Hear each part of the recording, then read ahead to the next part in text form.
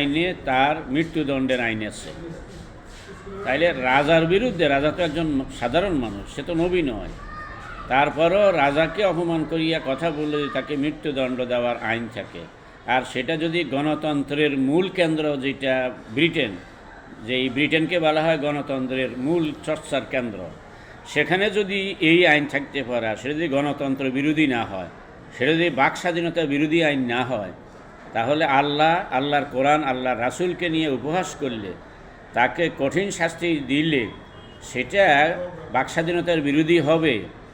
এটা উদ্দেশ্যমূলক প্রচারণা এবং বাক স্বাধীনতার অপব্যাখ্যা। ইসলামে যেহেতু তওবা অথবা ক্ষমা চাওয়ার সুযোগ আছে, যদি সে যদি তওবা করে, অপরাধ স্বীকার করে তওবা করে এবং ভবিষ্যতে এই ধরনের অন্যায় করবে না, এটা যদি সে অঙ্গীকার করে, তাহলে অবস্থার আলোকে সময়ের বিজ্ঞ আলেম যারা, তারা শরীয়তের মূলনীতির আলোকে তাকে ক্ষমা করার সেই সিদ্ধান্ত দিতে পারেন সার্বিক বিবেচনায়।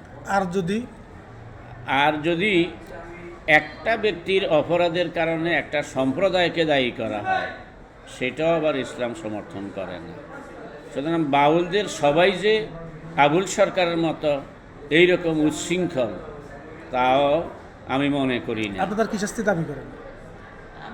আমি বাংলাদেশের রাষ্ট্রীয় আইনে তার এই ধর্ম অবমাননার জন্য আল্লাহকে অপমান করা, কোরআনকে অপমান করা, নবীকে অপমান করার যেই শাস্তি, সেটা একজন মুসলমানও যদি নবীকে অপমান করিয়া কথা বলে, তাহলে সে মোরতাদ হইয়া যায়।